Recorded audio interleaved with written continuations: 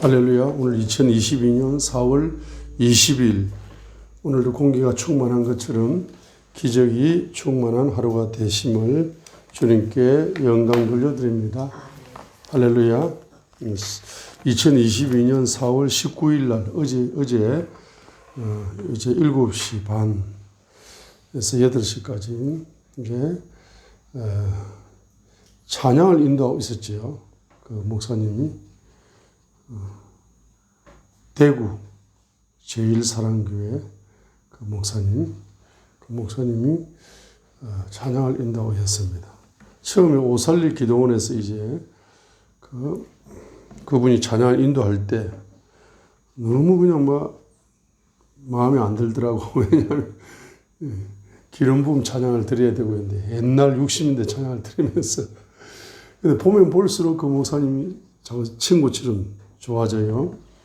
어제는 분당 그 교회에서 남서울 비전 교회 여기서 이제 찬양을 인도하는 모습을 인터넷으로 제가 보고 있었는데 갈멜산의 제단 그 찬양을 불이 떨어지는 찬양 그걸 계속 10번 20번 계속 부르고 있는 거예요. 얼마나 성령의 불이 그 교회에 강하게 인터넷으로 보니까 성령의 불이 떨어지가 충만한 거예요. 그것을 보면서 이제 저도 이제 찬양을 따라 부르면서 그 찬양이 아주 곡조가 너무 좋더라고요. 그 가사가 음미하니까 너무 좋아.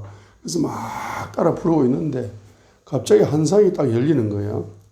주님이 한 상을 열어주시는데 그게 사도 바울이 보냅니다. 사도 바울이 길을 다메섹 도상을 걸어가는데 갑자기 예수님이 나타나셔서 나는 내가 핍박하는 예수니라 하는 소리를 듣자마자 사도 바울이 보냅니다. 회개가 터지면서 바로 무릎을 꿇고 땅에 엎드려 버렸습니다.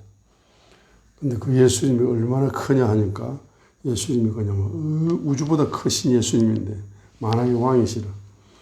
그분 앞에 딱 사도 바울이 엎드렸는데 이 지구가 말이에요. 지구가 먼지처럼 바뀌더라고.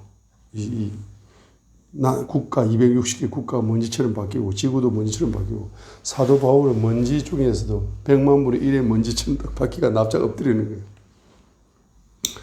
자, 그러면서 이제 서신서 로마서부터 해가지고 쫙 서신서를 사도 바울이 기록을 했지 않습니까?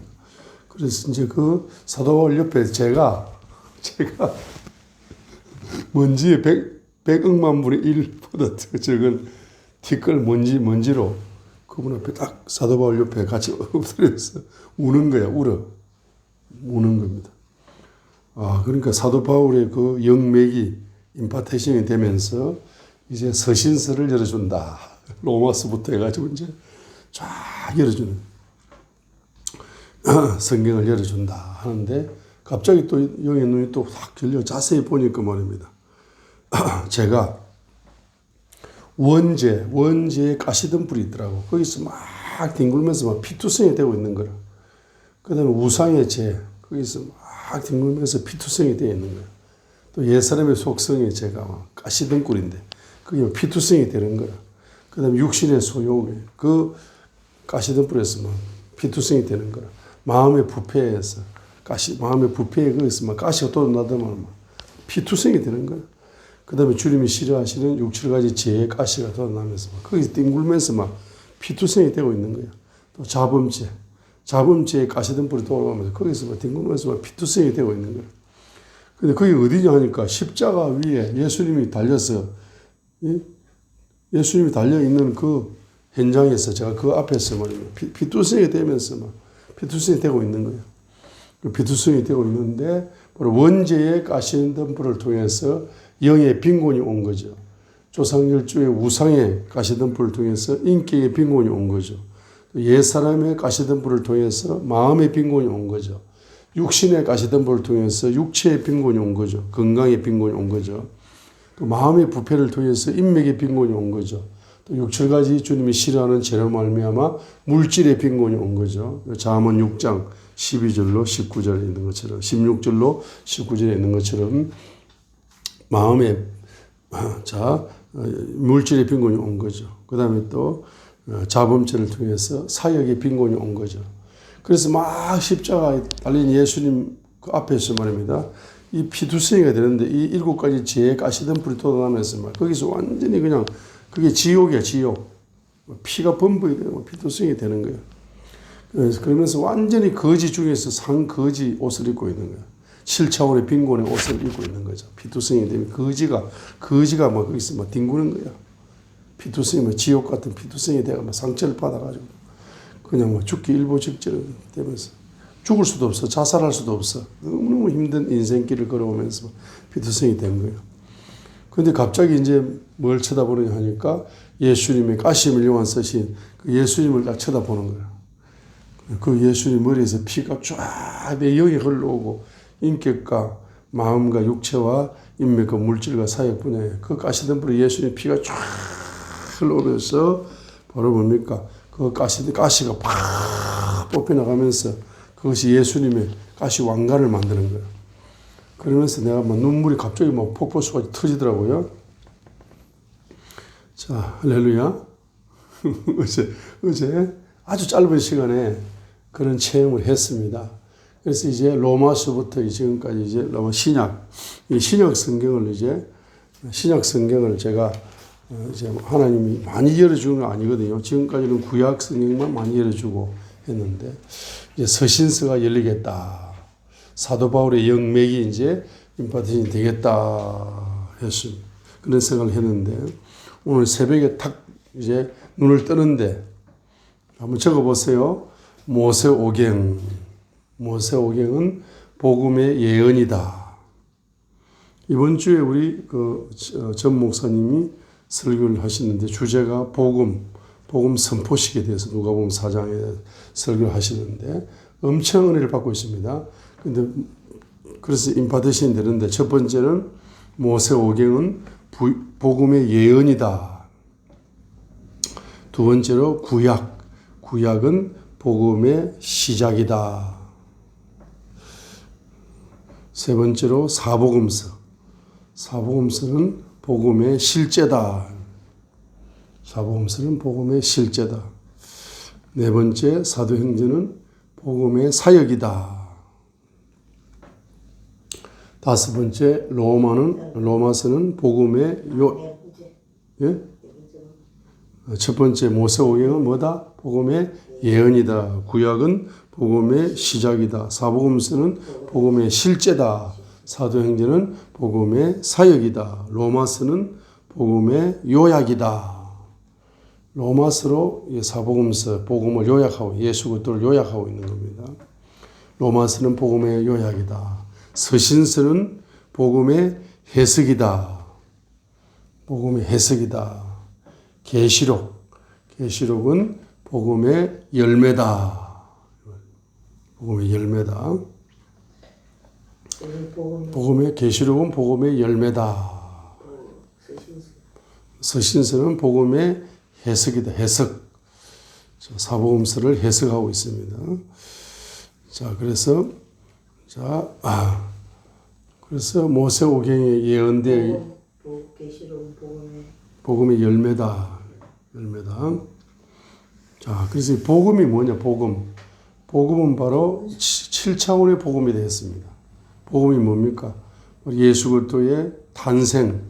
첫 번째는 탄생, 두 번째는 고난, 세 번째는 죽음, 네 번째는 부활, 다섯 번째는 성천, 여섯 번째는 재림, 일곱 번째는 천년 왕국이다. 이거 7차원 복음입니다. 이것이 예수 그리스도가 복음입니다. 그래서 사복음서에서는 바로 모세오경에 예언되어 있던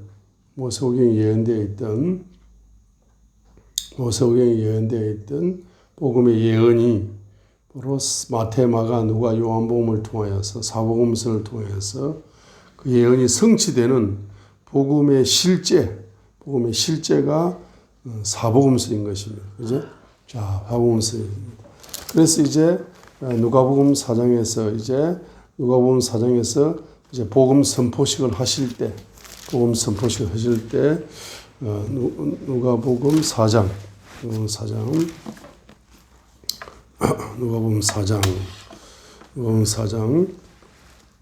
그래서 이제 복음 선포식을 하실 때 누가복음 4장 1절부터 13절까지 해서 마귀를 뭐 하신다?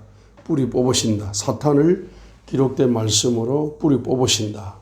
사탄을 기록된 말씀으로 뿌리 뽑으시는 것입니다. 사탄을 이제 뿌리 뽑으시고, 사탄이 뿌리 뽑히니까 14절에 성령의 권능이 부어지는 거예요. 사탄을 뿌리 뽑고 마귀를 뿌리 뽑아야 됩니다.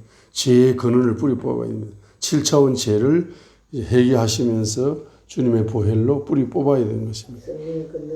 14절에 성령의 권능이 열립니다.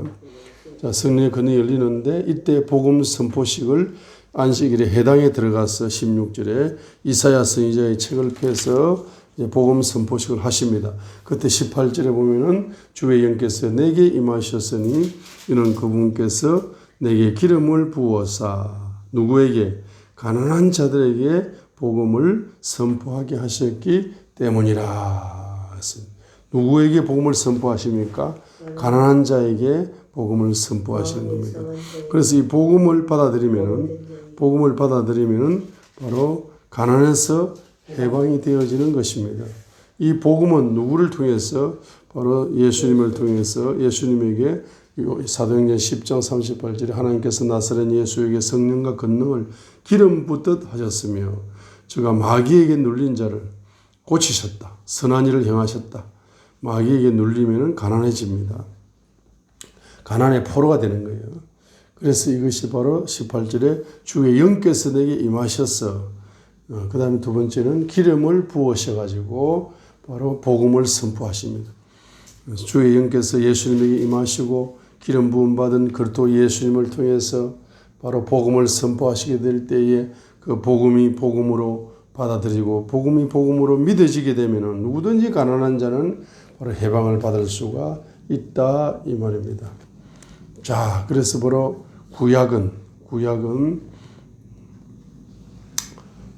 자, 그래서 잠언 6장을 봅니다. 잠언 6장은 바로 가난의 원인을 잠언 6장에서 말씀하고 있습니다. 가난의 원인 4가지를 지금 말씀하고 있습니다. 가난의 원인 4가지. 자, 가난의 원인 4가지입니다. 가난의 원인 4가지. 가난의 원인 4가지. 자, 첫 번째는 잠언 6장 1절로 5절입니다. 두 번째는 잠언 6장 6절로 11절입니다. 세 번째는 잠언 6장 12절로 19절입니다. 네 번째는 잠언 6장 20절로 35절입니다. 이 단락이 나누어져 있습니다. 그래서 가난의 원인 4가지를 잠언 6장에서는 4가지를 지금 가난의 원인을 이제 솔로몬을 통해서 선포하고 있는 것입니다. 자, 첫 번째는 너희들이 가난한 것은 1절입니다. 보정 서주겠다라고 말을 해가지고 그 약속을 안 지킬 수가 없어가지고 보정을 서게 되니까 올무에 걸렸다. 가난의 올무가 오는 겁니다. 보정을 서지 마라 했는데 보정을 서기 때문이다. 그래서 1절 내 아들아 내가 만일 내 친구를 위해 보정이 되거나 2절 내 입의 말들로 인하여 내가 올무에 걸렸으며 내 입의 말들로 인하여 내가 붙잡히게 되었다 했습니다. 자, 그래서 첫 번째 가난의 원인은 뭐다? 보정이다. 잠언 11장 15절을 보세요. 낯선 자를 위해 보정이 되는 자는 그 일로 인하여 괴로워할 것이다. 낯선 자를 위해서 보정을 서게 되면은 그 보정 섰기 때문에 너에게 바로 괴로움이 올 것이다. 마음의 괴로움, 경제적인 괴로움, 마음의 괴로움과 경제적인 괴로움이 오게 될 것이다. 보정 서지 마라고 했습니다. 보정을 서지 마라 했는데 보정을 서게 되면은 괴로움이 온다. 마음의 괴로움과 경제적인 괴로움이 온다. 두 번째 가난의 원인 잠언 6장 6절로 11절입니다. 너 게으른 자여 게으른 자. 게으르게 되면 특별히 자기 사명에 게으른 자는 영적인 빈곤이 오게 될 것이고 자기 직업에 게으른 자는 물질적인 빈곤이 오게 될 것이다. 자기 사명에 게으른 자는 무슨 가난이 온다? 영적인 빈곤이 오게 될 것이고, 영적인 빈곤이 오게 될 것이고, 자기 직업에 게으르게 되면은 물질적인 빈곤이 또 오게 될 것이다. 그래서 11절에 보세요. 내 빈궁이 여행자같이, 11절에 내 궁핍이 군사같이 이르리로다. 잠언 6장 6절로 11절이 게으르기 때문에 가난이 온다. 특별히 영적인 빈곤은 자기 사명에 게으르기 때문에 영적인 빈곤이 오는 거고, 물질의 빈곤은 자기 일에, 자기 직업에 게으르기 때문에 물질의 빈곤이 오는 거다. 자, 잠언 6장 12절로 19절입니다. 19절은 바로 가난의 뿌리가 뭐다? 가난의 뿌리는 주님이 싫어하시는 6, 7가지 죄악 때문에 그것이 가난의 뿌리가 되어가지고 가난의 재앙이 갑자기 임하는 근본 원인이 될 것이다. 하고 잠언 6장 12절로 19절에서 특별히 16절에서 보세요. 주께서 6가지를 미워하시며 참으로 7가지가 그분께 가정한 것이니 교만한 눈빛, 거짓된 해, 무지한 자의 피를 흘리는 손, 사악한 상사의 깨를 꾸미는 마음, 신속히 해악으로 치닫는 발, 거짓들을 말하는 거짓 정인과 행제들 가운데 불화를 뿌리는 자니라. 7가지의 주님이 미워하시고 바로 주님이 가정이 여기시는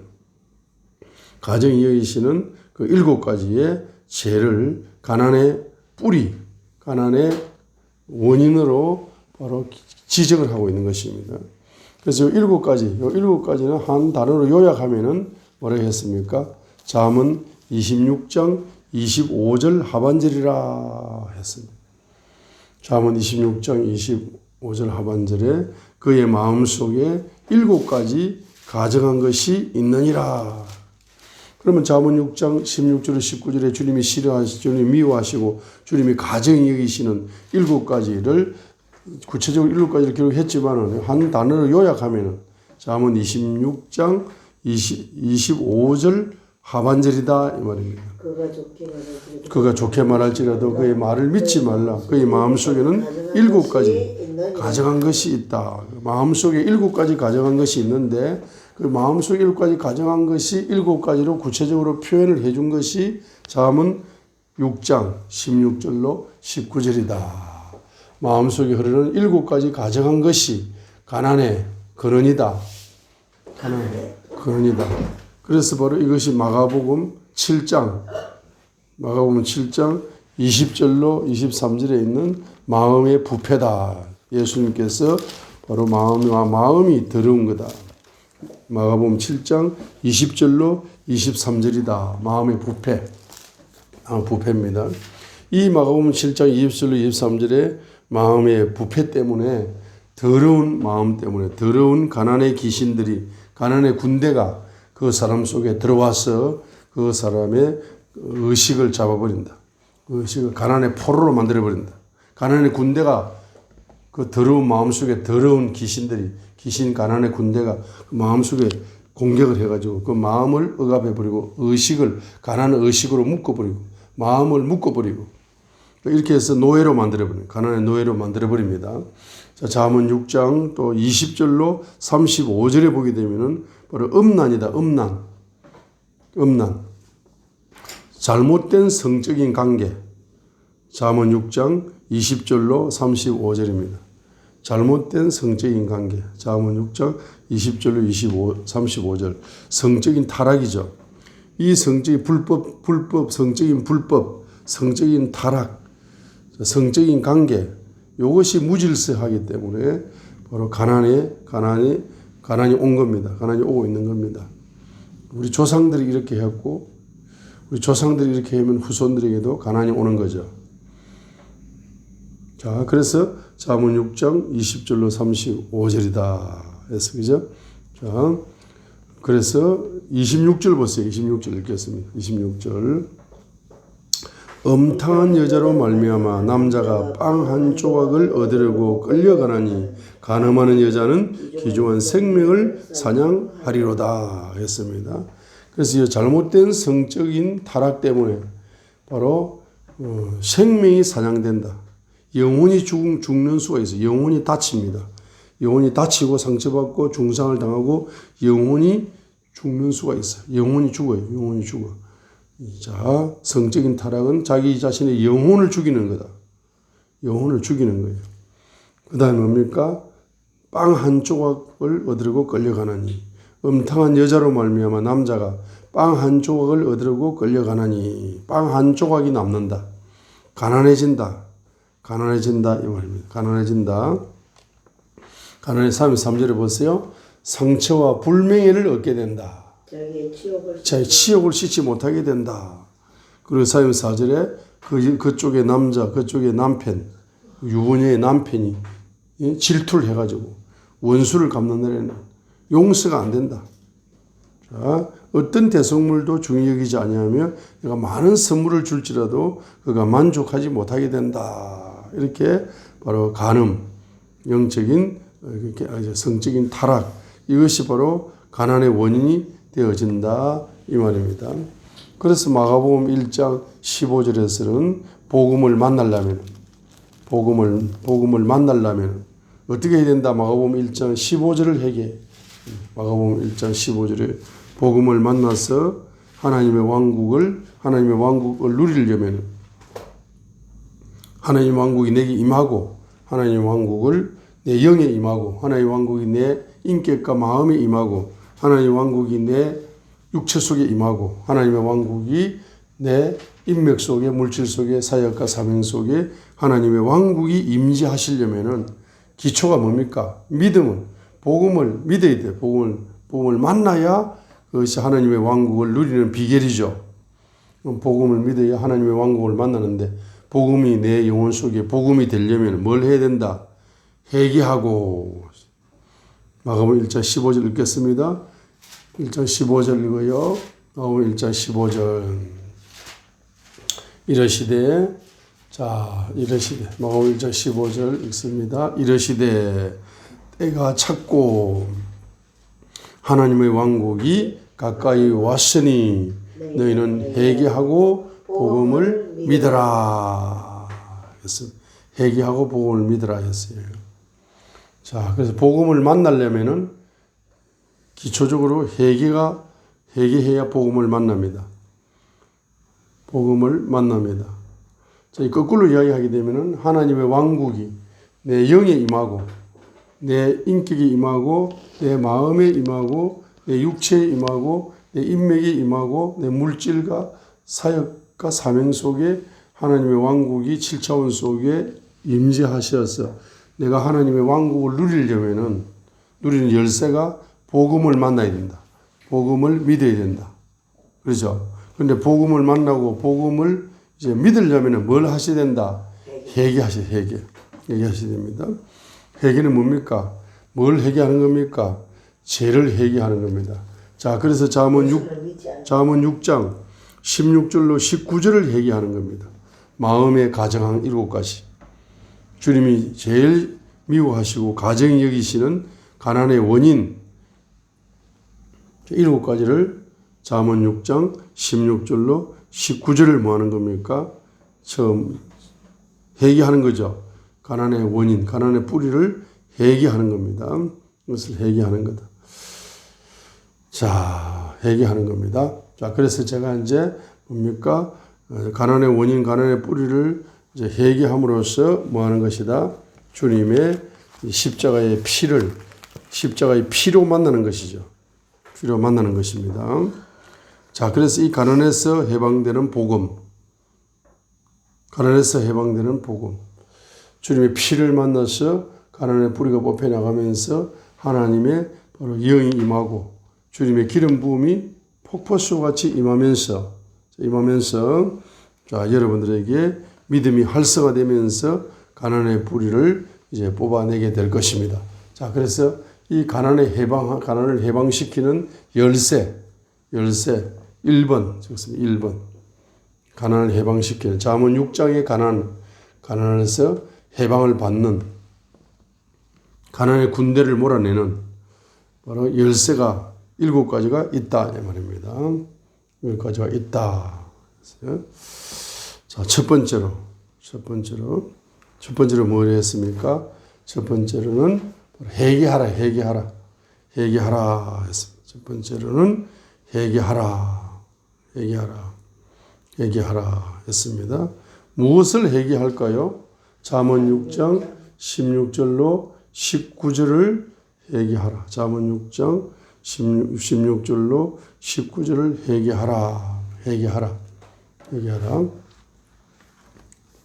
무엇을 회개할까요? 이것을 회개하는 겁니다.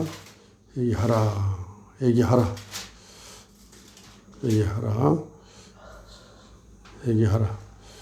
자, 그 회개하라. 그게 첫 번째 적습니다. 첫 번째는 회개하라. 작은 1번적으로 작은 1번. 뭘 회개하느냐? 회개하라. 뭘 회개하느냐? 첫 번째, 잠언 6장 16절로 19절을 회개하는 거죠. 자, 두 번째는 잠언 26장 25절을 회개하는 거죠. 마음에 7가지 가정한 것을 회개하는 거죠. 다른 말로 잠언 6장 16절로 19절을 회개하는 거죠. 잠언 26장 25절 마음에 7가지 가정한 것을 회개하는 거죠. 잠언 6장 16절로 19절에 7가지 가정하는 것을 구체적으로 회개하는 거죠. 세 번째는 마가복음 7장 20절로 23절에 마음을 부패시키는 그 원인, 마음을 더럽히는 원인. 마가복음 7장 20절로 23절 그 마음을 회개하는 거죠. 마음을 회개합니다. 첫 번째로 뭐 하라? 회개하라. 두 번째. 그 다음에 네 번째 적습니다. 네 번째 뭘 회개하느냐 하니까 바로 자기의 몸. 욕심. 몸이 뭐냐면 성전이다. 몸이 성전이다. 적어 놓습니다. 네 번째로 뭘 회개하는 네 번째로 몸. 바로 성전을 청소하라. 내 몸이 성전이라 했잖아. 몸에 더러운 것들, 성전을 더러운 쓰레기들을 다 청소해내라는 말이 마음의 부패를 회개하는 것과 똑같습니다. 그죠? 자, 두 번째는 바로 복음을 믿어라. 복음을 믿어라.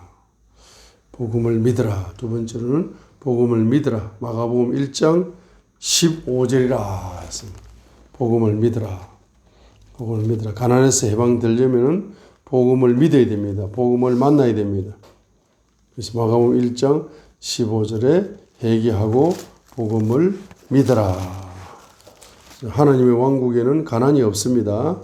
하나님의 왕국에는 부요가 충만합니다. 자, 그래서 두 번째로 뭡니까? 복음을 믿어라. 자, 세 번째로는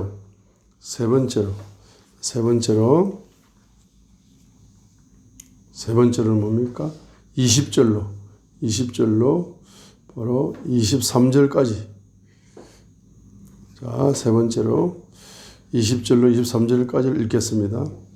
내 아들아, 내 아버지의 잠언 6장 20절 내 아들아, 내 아버지의 명령을 지키고 내 어미의 법을 버리지 말며 그것들을 계속해서 내 마음에 묶어두고 내 목에 메어두라. 그것이 내가 다닐 때 너를 인도하고 내가 잘 때 너를 보호하며 내가 깰 때 너와 말하리니 그 명령은 등불이요 그 법은 빛이며 훈계하는 책망들은 생명의 길이니라. 그 1번에 뭐라 했습니까? 1번에 회개하라 그랬죠. 예?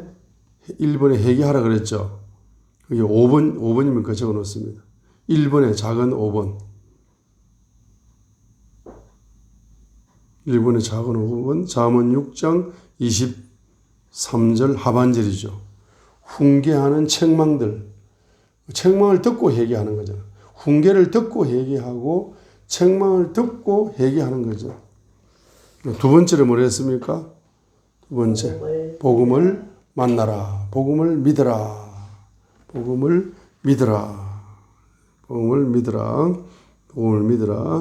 잠언 6장 5절. 복음을 믿으라의 잠언 6장 5절을 읽겠습니다.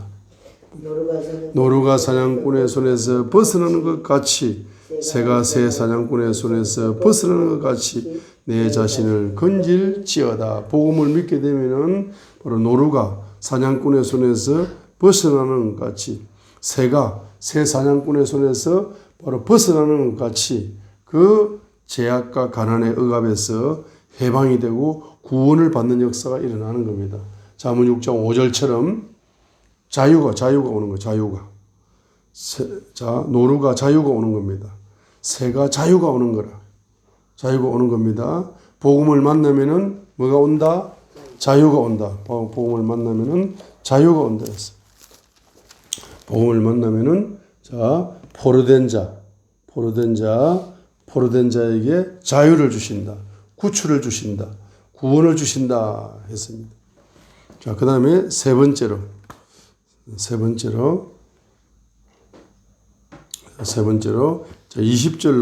20절 다시 읽습니다. 20절로 내 아들아 내 아버지의 명령을 지키고 내 어미의 법을 버리지 말며 그것들을 계속해서 내 마음에 묶어두고 내 목에 메어 두라.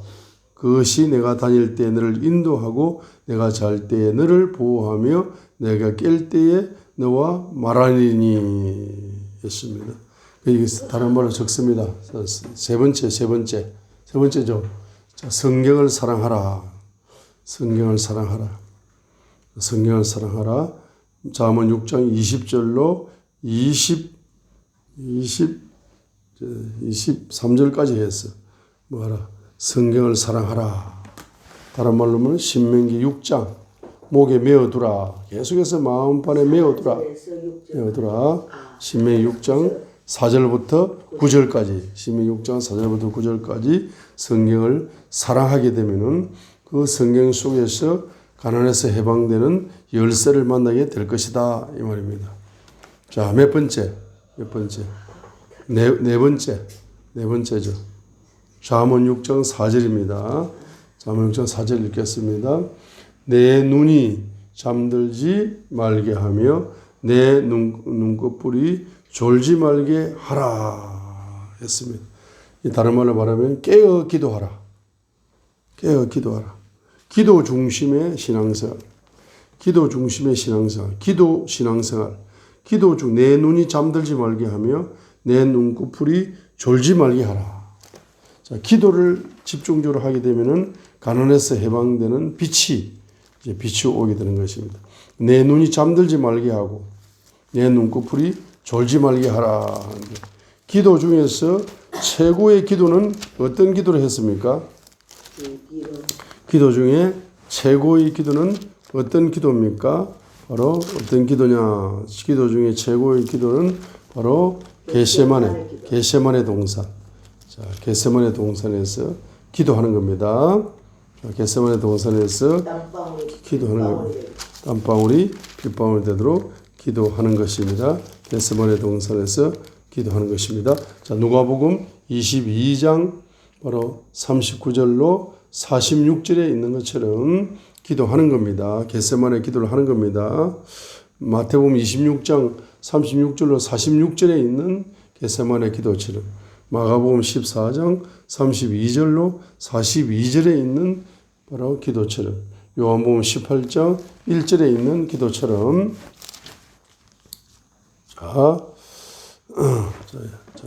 기도하는 겁니다. 누가복음 22장 39절로 46절에 있는 기도처럼 기도하는 겁니다. 자, 43절 누가복음 22장 43절 하늘로부터 한 천사가 그분께 나타나 그분을 강건하게 하더라. 기도할 때 천사가 강건하게 해줍니다. 그분께서 고뇌에 차서 더욱 간절히 기도하시니 기도할 때는 어떻게 기도해야 된다? 간절히 기도해야 된다. 간절히 기도하시니 가난에서 해방되도록 간절히 기도해야 됩니다. 그럼 그분의 땀이 큰 빗방울 같이 되어 땅에 떨어지더라 한 예수님의 이 겟세마네 기도를 본받아 가지고 겟세마네에서 기도하시는 그 예수님 옆에서 여러분들도 예수님을 본받아서 땀이 빗방울이 되도록 간절히 기도하시게 되면은 가난에서 해방되는 길을 보여주시는 것입니다. 자, 그래서 잠언 6장 4절을 다시 읽습니다. 내 눈이 잠들지 말게 하며 깨어 기도하라 말이에요. 내 눈꺼풀이 졸지 말게 하라 했는데 여기에 바로 시편 자, 다섯 번째로 시편 132편 4절로 5절입니다. 시편 132편 4절로 5절입니다. 교회 중심의 신앙생활을 해라.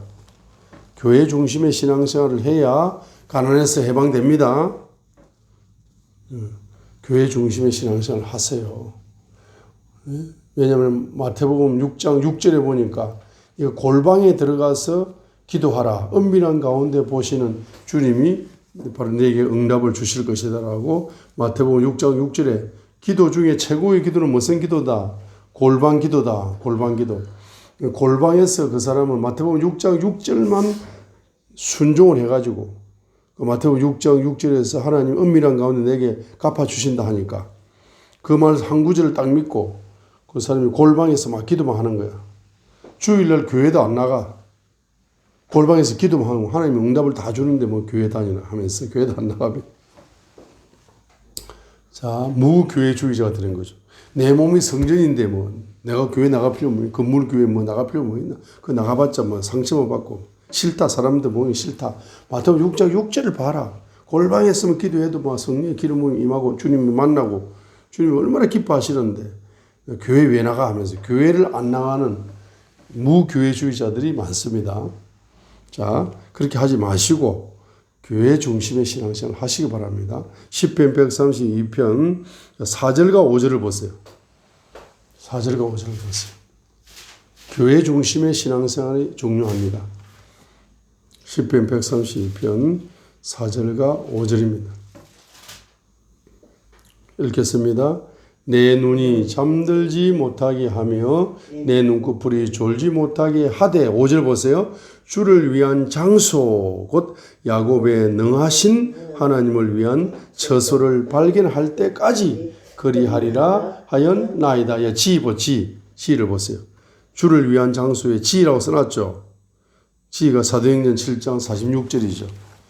사도행전 7장 46절을 보겠습니다. 사도행전 7장 46절. 사도행전 7장 46절을 한번 보겠습니다. 6절, 7절, 47절. 46절 읽겠습니다.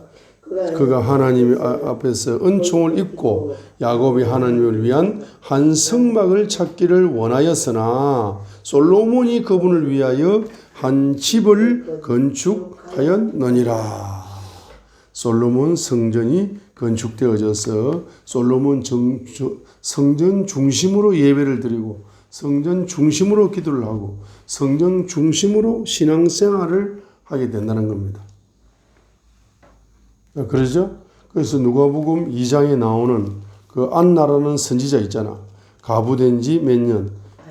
가부된 지 자, 누가복음 2장에 보면은 가부된 지. 자, 누가복음 2장에 안나라는 선지자. 이 선지자는 누가복음 2장 36절에서 아셀 지파에 속한 바누엘의 딸 안나라 하는 여 선지자가 있었는데 그녀는 나이가 매우 많아졌어요. 그녀가 처녀 생활을 벗어나 7년을 남편과 함께 알콩달콩 살다가 7년 만에 남편이 죽어버렸어요. 가부가 된 거예요. 그래가지고 누가복음 2장 37절에 가부가 된 지 몇 년째입니까?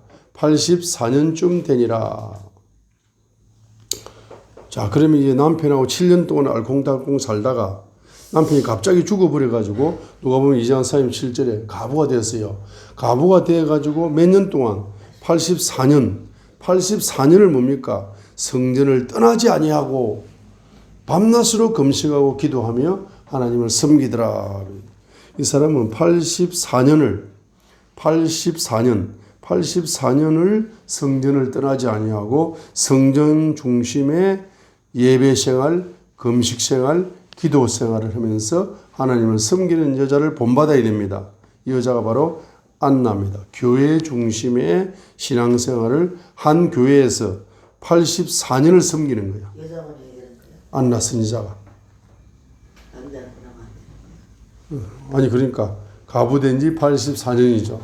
오래미 됐죠. 한 교회에서 84년을 한 교회 중심으로 교회를 여기 갔다 저기 갔다 여기 옮기 다니지 말고 목사님이 좀 부족하면은 채워달라고 기도하고 목사님의 단점이 보이면은 장점을 열어달라고 중보기도 하고 금식하고 목사님 대신에 중보기도 하고 또 어느 성도가 또 이렇게 하면 상처를 주고 시험을 주면 기도하지 말이 필요 없는 거야. 교회는 기도하는 만민이 기도하는 집이니까 기도만 하는 거야.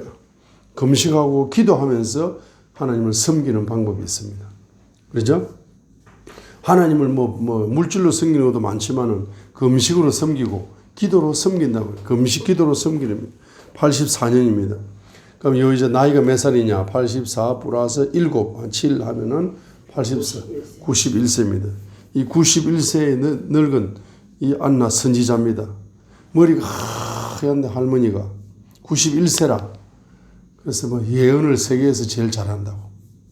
그리고 예언 기도를 또 아무나 안 해줘. 응? 핸드폰이 오면은 바로 예언해 주는 게 아니야. 그 할머니는 특징이 있습니다. 어떻게 합니까? 이렇게 이야기합니다. 핸드폰이 오잖아. 그럼 요즘 이제 핸드폰이 이정환 목사한테 핸드폰이 오면은 예언 좀 해주세요. 대한민국에서 최고 예언을 잘한다고 소문이 났던데 예언 좀 해주세요. 이렇게 이야기합니다. 그럼 물어봅니다. 교회 다니십니까? 인터넷으로 예배드리고 있습니다. 이렇게 이야기. 그러면 교회 먼저 다니세요. 예언이 중요한 게 아니고 교회 중심의 신앙생활을 해야 하나님이 예언을 주시지. 교회를 떠나가지고 그냥 교회도 안 나가면서 무슨 예언 기도만 받겠다 합니까? 이렇게 하면서 뭐라 이야기합니까? 하루에 3시, 평신도니까 하루에 3시간씩 방언 기도를 1년 동안 하세요. 한 번도 빠지면 안 됩니다. 365일 딱 시간을 정해놓고 평신도니까 3시간을 하시고, 그 다음에 이제 전도사님이니까 5시간을 하시고, 목사님이니까 7시간을 하세요. 하루도 빠지면 안 됩니다. 1년 동안 쫙 하세요. 1년 후에 제가 예언해 드릴게. 그러면은 그 사람이 하루에 3시간을 365일 기도하다가 예언을 다 받아버려요. 하루에 5시간을 방언 기도를 365일 쉬지 않고 하다가 예언을 다 받아버려요. 7시간을 하루에 7시간 방언 기도를 1년 하루도 결석 안 하고 하다가 중간에 그냥 예언을 다 받아버리니까 1년 후에 전화가 옵니다. 그죠? 전화가 오면은 자, 예언 다 제가 해드렸죠. 예언 해드렸다니까. 그 예언 해드렸으니까 이제 만족하시죠? 주님께 영광 돌리세요. 끊어버린다고. 이정환 목사 입으로 예언할 필요가 없다는 겁니다. 자, 그래서 바로 91세가 되니까 이 사람이 말입니다. 91세가 되니까 이 사람이 얼마나 영적으로 많이 열렸느냐. 세계에서 제일 많이 열렸어. 영적으로. 얼마나 아름답게 주님의 신부로 성장했던지. 91세 할머니가 30세 처녀 같아. 얼굴을 보면 빛이 나가지고. 자, 그 다음 몇 번째? 예? 6번째. 잠언 6장을 보겠습니다. 잠언 6장을 다시 보겠습니다. 잠언 6장. 잠언 6장을 보겠습니다. 6장 6번째. 가난에서 해방되는 6번째 열쇠. 열쇠는 뭐냐? 적습니다. 부지런하라. 6번째. 부지런하라. 잠언 10장 4절입니다. 그죠? 부지런하라. 잠언 10장 4절 부지런하라. 부지런한 자의 손은 부자가 된다. 부지런한 자의 손은 부자가 된다. 그렇습니다. 자, 그래서 여러분이 부지런한 자의 손을 대시면은 이 지구상에서 역사적으로 가장 부지런한 자의 손은 누구의 손입니까? 예수 그리스도의 손이에요. 예수 그리스도의 손. 그래서 예수 그리스도의 손은 부지런한 자의 손이기 때문에, 부지런한 왕의 손이기 때문에 그분은 누구를 도와주신다? 부지런히 일하는 자의 손을 잡아주신다. 그분의 손은 부요의 왕이시기 때문에 손만 잡아주면은 여러분이 부지런히 일하면은 예수 그리스도의 부요의 축복이, 예수님의 손에 있는 부요의 축복이 여러분의 손으로 흘러가 가지고 여러분의 손은 부요를 창조하는 손이 된다고 합니다.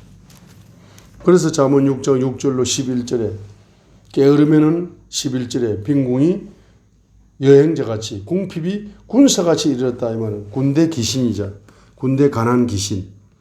잠언 6장 11절 보세요. 이 군대 가난 귀신이 이제 뽑혀 나갑니다. 잠언 6장 11절 이렇게 했어요. 내 빈궁이 여행자같이 내 궁핍이 군사같이 이르린다. 이 궁핍이 군사같이 이르는데 이게 가난 군대라. 가난 군대. 가난 군대가 오면 꼼짝없이 가난 노예가 됩니다. 가난의 포로가 돼가지고 평생 가난하게 삽니다. 그러니까 이 가난의 군대를 쫓아내야 된다.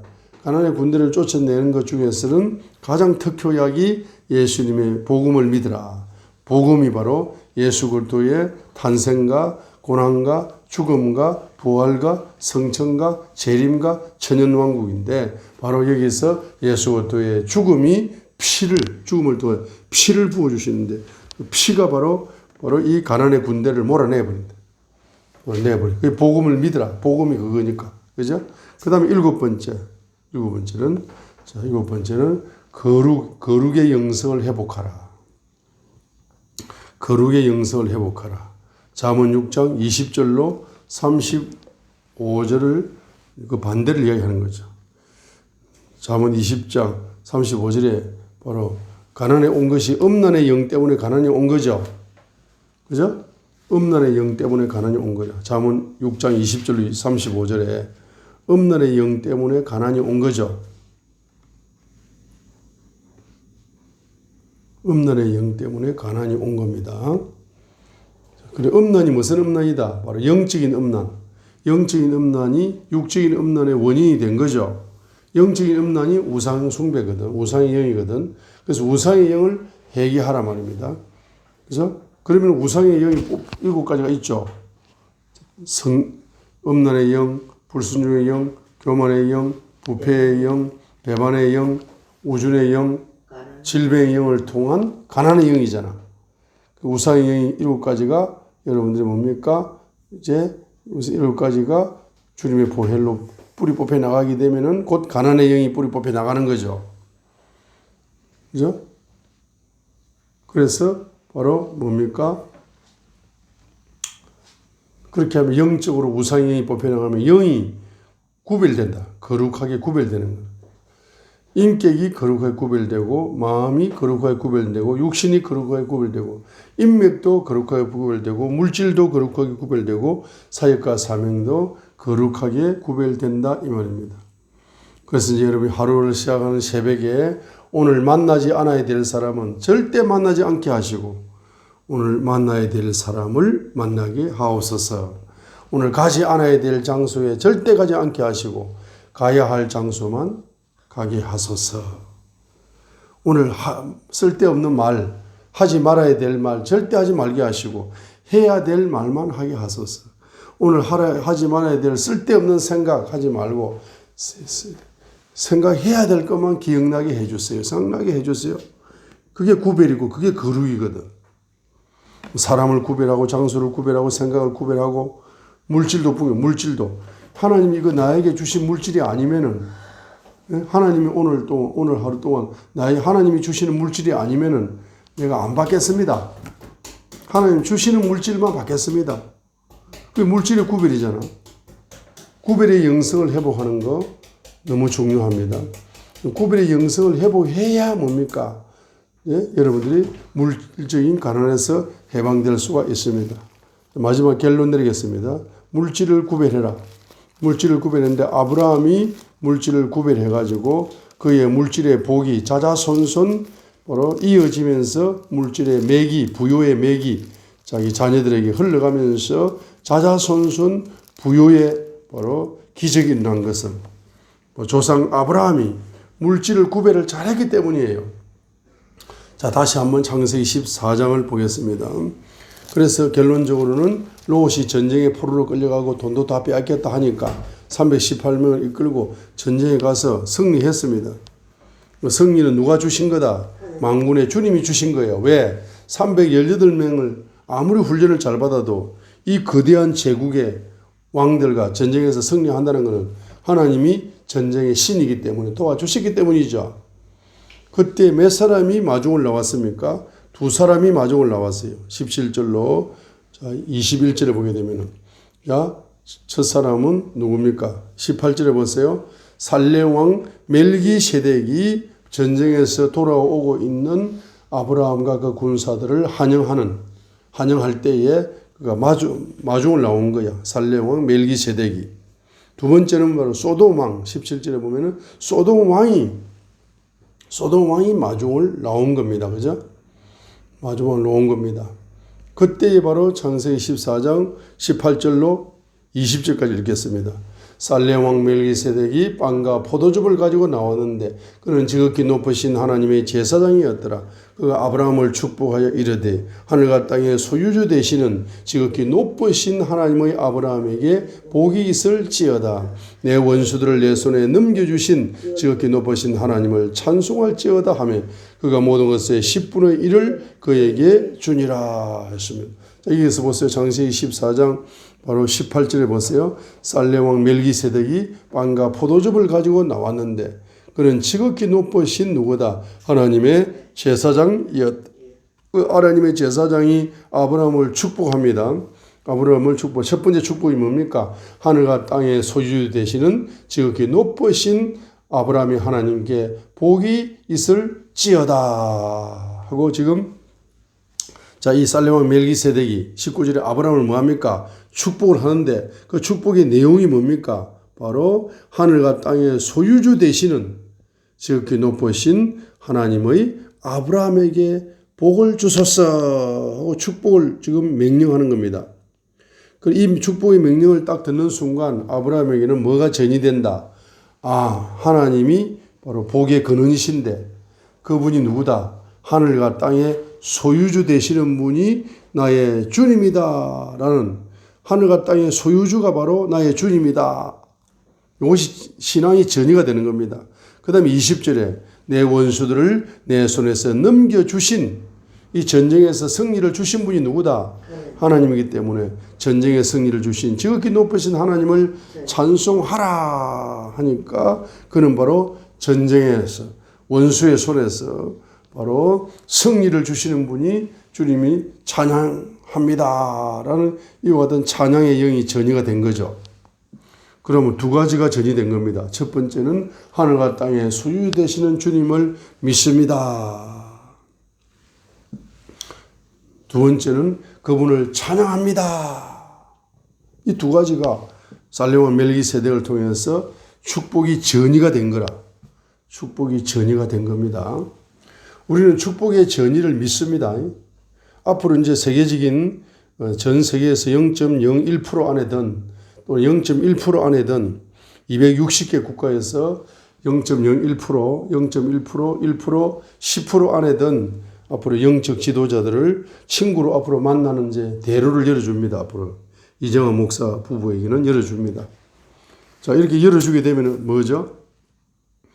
그 친구들을 만나면은 제일 먼저 친구야, 너가 미국에서 제일 예언을 잘한다는데, 당신이 미국에서 최고 부자가 되었다는데, 당신이 미국에서 최고 목회를 잘한다는데, 사역을 잘한다는데, 나 기도 한번 해주라. 그 사람이 축복을 다 빌어줍니다. 자, 축복을 믿을 때 믿음을 가져야 돼. 아, 이 축복은 그대로 내 영혼의 DNA가 되어버려. 스피리추얼, 영적인 DNA 임파테이션입니다. 그럼 따라합니다. 스피리추얼, 영적인 DNA 임파테이션. 영적인 DNA가 내 영에 임파테이션 되어버리는 거거든. 그 순간이 축복의 전이 따라합니다. 축복의 전이가 됩니다.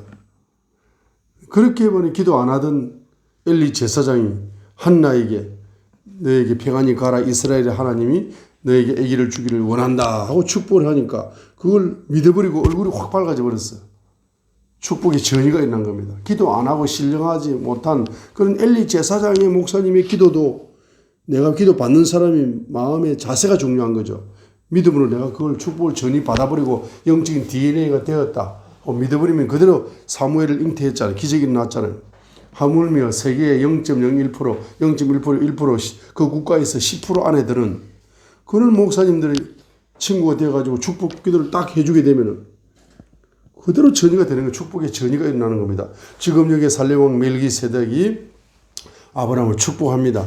하늘과 땅의 소유 되시는 주님, 그 주님이 딱 영적인 DNA 전이가 된 겁니다. 그분을 전쟁에서 승리를 주시는 그분을 찬양합니다. 찬양의 DNA가 딱 전이가 된 겁니다. 자, 이렇게 하늘과 땅의 소유주 되시는 그분이 나의 주인이다. 이렇게 되니까 사람이 돈이 아무리 많은 소돔 왕이 말입니다. 물질적으로 말이에요. 이렇게 큰 소리를 치더라도 그 사람은 그냥 아무것도 아닌 거야. 하늘과 땅의 소유주가 내 주인이고 나는 그의 종이야. 근데 이 땅에서 예수님을 주인으로 모시지 않으면서 마귀를 주님으로 섬기면서 돈을 주인으로 섬기면서 나 돈 많다고 큰 소리 치는 이 소돔 왕 같은 사람, 그런 사람에 꿀릴 게 아무것도 없는 거야. 그러니까 이 소돔 왕이 말이야, 자기가 뭐 은혜를 베풀어 주는 것처럼 22절 보세요. 21절. 소돔 왕이 아브라함에게 이르되 사람들은 내게 주고 그 포로들에서 내게 주고 포로들은 내게 주고 재물은 뭡니까? 네가 가져가라. 전리품 물질은 다 가져가라는 거야. 그러면 보통 사람은 이런 믿음이 없으면은 아이고 소돔 왕이 최고네. 소돔 대통령을 만났더니 막 금일봉을 내려주시네. 아이고 그 대통령이 뭐 좌파든 우파든 뭔 상관이야. 봉투만 주면 되지. 나 그 대통령 좌파라도 너무 좋아. 봉투를 주니까 이렇게 해가지고 돈의 영혼을 팔아버리는 사람이 얼마나 많아요. 이 소돔 왕은 우상 숭배하는 왕입니다. 요즘 말로 하면 공산주의 영을 우상으로 섬기는 사람이에요. 공산주의 영을 우상으로 섬기는 사람이라고. 예수님을 우상으로 섬기는 사람이 왕이 대통령이 아니고 복음주의 대통령이 아니고 공산주의 영을 믿는 사람이거든. 공산주의 영이 자기들한테는 복음이야. 그럼 공산주의 영을 믿는 그 대통령이 말입니다. 돈을 그냥 봉투에다가 한 10억을 넣어주는 거야. 그러니까 말이야, 대통령이 나를 알아보고 말이야. 돈 10억을 주셨다고 하면서 말이야. 그 대통령이 바로 그냥 뭐냐면 쫄병이 되어버리는, 영혼을 팔아버리는, 공산주의 영의 영혼을 팔아버리는 시민단체들이 얼마나 대한민국에 많습니까? 그 사람들 왜 그래요? 하늘과 땅의 소유주 되시는 주님을 주인으로 모시는 복음을 만나지 못했기 때문에 그런 거잖아. 복음을 만나면 그렇지 않습니다. 재물을 뭡니까? 재물을 취하라 그러니까 나는 실 한 토락이라도 취하지 않습니다. 당신에게 이 노예도 돌려주고 전리품도 다 돌려줍니다. 당신이 나에게 그 재물을 안 줘도 하나님이 다 줍니다. 앞으로. 20절 보세요. 아브라함이 소돔 왕에게 이르되 내가 하늘과 땅에 뭡니까? 소유주 되시는 지극히 높으신 하나님 곧 주님께 내 손을 들고 맹세했다. 이것은 내가 이르기를 어떻게 맹세합니까? 내가 뭐야? 소돔 왕이 뭐라고 이야기합니까? 예? 내가 소돔 아브라함을 부자로 만들었다 하고 이렇게 해버리게 되면은 하나님의 영광을 소돔 왕이 다 가져가 버리는 겁니다. 23절에 여기서 소돔 왕이 뭐라고 이야기합니까? 내가 아브라함을 부자로 만들었다. 내게 속한 것은 실오라기 하나, 신발끈 하나도 내가 취하지 아니합니다. 그 전리품 그거 소돔 왕 다 가져갔어요. 필요 없습니다. 이렇게 뭡니까? 경제를 구별해버리는 거예요. 영광을 구별하는 겁니다. 영광을 구별하는 겁니다. 구별하여 하나님께 영광을 돌려야 됩니다. 이 물질은 누가 주신 거다? 바로 하나님이 주신 것이기 때문에 이 물질을 주신 주님은 하늘과 땅의 소유주 되시는 그분이 나에게 물질을 맡기신기 때문에 물질을 주신 주님을 뭐합니까? 주님이 주셨다고 영광을 돌리면서 물질을 주님의 명령을 따라서 우선적으로 구별하여 그 명령에 순종하는 경제, 믿고 그 경제를 경영하는 경제를 1번의 우선순위로 삼는 사람이 바로 하늘과 땅의 소유주 되시는 그 주님을 주님으로 영접하는 사람이고 복음을 만난 사람이죠. 경제를 구별하는 게 바로 거룩의 영성을 회복하는 것이다 이 말입니다. 그래서 우리가 잠언 6장을 다시 한번 보시고 마치겠습니다. 잠언 6장을 다시 한번 보시고 마치겠습니다. 잠언 6장. 그래서 1절로 5절까지는 뭐죠? 바로 보정을 쓰면 가난이 오고 6절로 11절 게으르면 가난이 오고 12절로 19절 가난의 원인 7가지가 있고 20절로 35절에 음란하면은 가난이 온다. 그 음란 중에서 음란의 뿌리는 뭐다? 영적인 음란이다. 영적인 음란은 우상숭배다.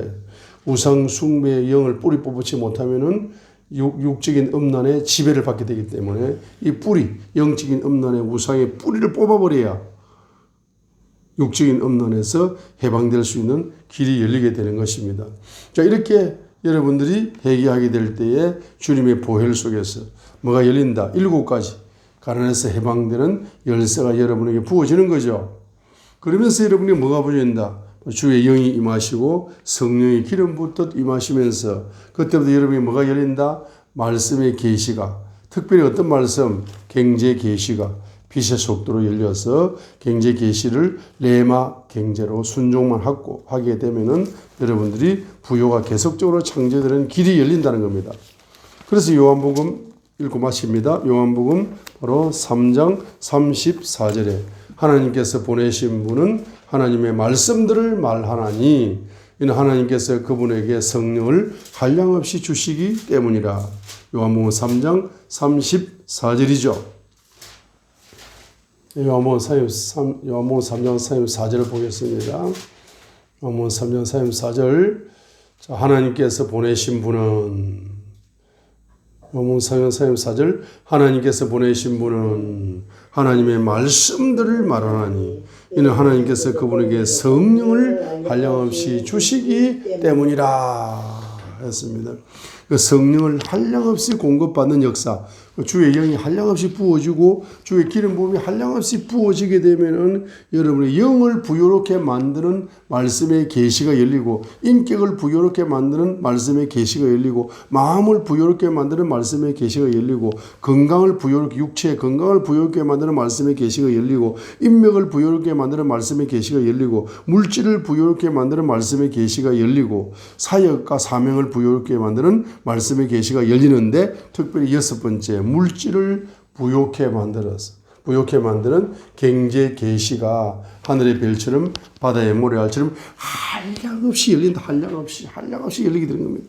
한량없이 열립니다. 이렇게 한량없이 열리게 되니까 가슴에 불이 타는 겁니다. 왜? 신명기 15장에 이 땅에서는 가난한 자가 그치지 않는다 했어요. 가난한 자가. 바로 태초에 가난한 사람도 많았지만은 2022년도에 지구촌 77억 중에서 가난한 자가 얼마나 많은지 모릅니다. 이 가난한 자를 보게 되면 가난한 자를 가슴에 품고 기도 중보기도 하다 보면 눈물이 폭포수같이 터지는 거야. 이 가난한 자에게 복음을 전해야 된다. 복음을 만나야 된다. 이 복음의 열정이 말입니다. 가난한 자를 보게 되면 복음의 열정이 넘치게 된다. 그래서 주님이 부탁을 하는 겁니다. 주님 부탁 십자가상에서 가시 왕관 쓰신 바로 가난의 왕관을 쓰신 내 모든 7차원의 가시를 다 뿌리 뽑아서 7차원의 빈곤의 가난의 가시를 다 뿌리 뽑아서 가시 왕관을 쓰신 예수님께서 그 머리에서 그 피를 주시면서 피를 받은 너는 피를 체험한 너는 영이 가난해서 해방되었느냐 인격이 가난해서 해방되었느냐. 자, 특별히 이제 가난해서 물질 7차원의 빈곤의 노예로 살고 있는 저들에게 특별히 물질적으로 빈곤해가지고 고통당하고 괴로움 당하고 있는 그 가난한 사람들을 보게 될 때에 너는 일생 동안 네 소유를 버려라. 네 소유를 버릴 수 있겠느냐. 어젯밤에도 물어보시는 거예요. 주님께서 저에게. 네 손에 물질을 주시면은 네가 그것을 너를 위해서 쌓아둘 것이 아니고 물질이 오면은 그 물질을 나의 명령을 따라서 가난한 자에게 계속적으로 흘려보낼 수 있겠느냐라고 물어보시는 거야. 그럼 물어보시니까 눈물이 폭포수가 쏟아지면서 이 뒷거래기에 물어볼 것도 없습니다.